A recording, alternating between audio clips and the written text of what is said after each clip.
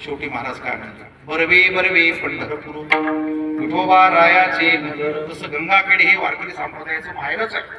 तुमच्यामुळे आणखीन त्याला उजाळा आला, पण एवढ्या भक्तीमुळे आता तुम्ही या वसाहतीमध्ये हे संतांचं माहेर केले. माहेर संतांचे. जिथे कळत बसला तिथं आम्हाला असं वाटतं की इथं आपलं ठिकाण आहे. आता हे नुसतं पाहिल्यावर सुद्धा कळत. आलं लक्षामध्ये? हा, रेस्टॉरंट बार म्हणलं कळत तुम्हाला काय आलं ते. पाठीहूनच कळत, गाडी पुढे धकते, नको बाबा आपल्याला जेवायचं नाही. तसं कळस पाहिला की देव खाली उतरतो. म्हणून यांच्या जीवनातले हे तत्व आहे. आणि तत्व कधीही बदलत नसतात. असं नसतं की हिवाळा आला आणि पावसाळा आला आणि हे काळ आला आणि ते काळ आला. जे अबाधित तत्व आहे, जे काळाच्याही पलीकडे आहे आणि नामाच्याही पलीकडे आहे, ध्यानाच्याही पलीकडे आहे, जे आत्मस्वरूपानं स्थित झालेले आहे. तुकोबरायांना असं वाटलं मला भक्तीच करायची असेल तुम्ही दुसऱ्याला विचारलं पाहिजे. मृदंग वाजवायचा आहे तर ज्याला येतो त्याच्याकडे जाऊन शिकावं लागतं.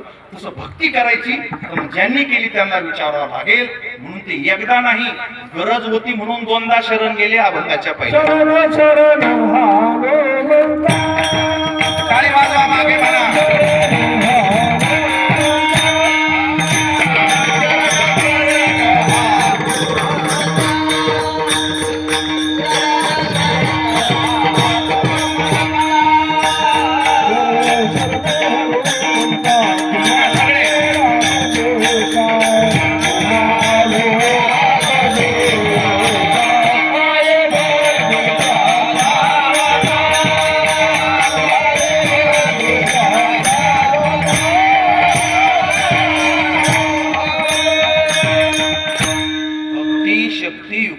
परिणाम काय होतो माहिती तुम्हाला?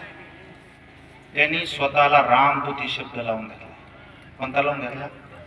आणि तुम्ही आता उग पत्रिका पाहायचा, कीर्तन केसरी, कीर्तन सम्राट, विनोद सम्राट, हे शब्द लावून घेतल्या ना माणसाची किंमत कमी झाली आमच्या.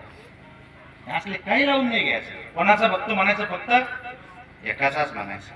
त्याच्यामुळे असं काही लावून नाही घ्यायचं. काही ते दुसरे शब्द लावले की मालक तुटतो ना. कीर्तन केसरी का म्हणून जा कीर्तन म्हणा. एकच सांगितलं का शब्दामध्ये, राम विठ्ठल भक्त, आम्ही रामाचे भक्त आहोत.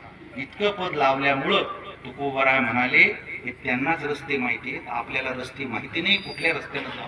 म्हणून अशा काही पदव्या लावून घ्यायच्या नाही. मग डबल शरण शरण हनुमंता, तुम्हाला रामदूता. आम्हाला समजत नाही मग कसं विचारायचं दुसऱ्याच्या? काय भक्ती